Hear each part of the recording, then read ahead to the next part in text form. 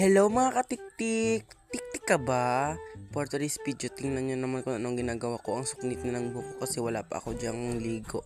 Kasi kakagising ko lang, ayan, nag-iisip-isip pa tayo kung ano ang ating gagawin for today's video. After 2,000 years later, tingnan nyo. Alam ko na kung anong naisip ko.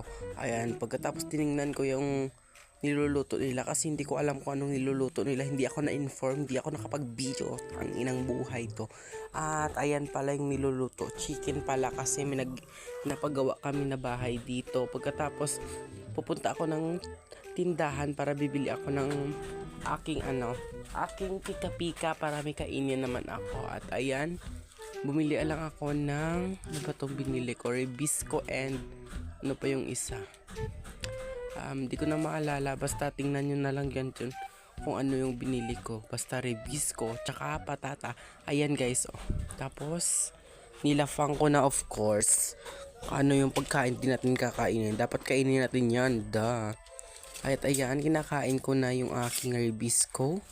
At ayan, pagkatapos kunting pasilip lang sa pinapagawa namin sa aming bahay. Pagkatapos binalikan ko yung niluluto nila. Meron na palang tubig, hindi ko napansin. Ayan. After 2,000 years later na naman. Ayan na. Naluto na yung ating ulam. Ayan, ang sarap niyan guys. Super sarap-sarap niyan. Ayan, wala nga lang kalabasa yan. Diyan na lang muna kayo. Bye-bye.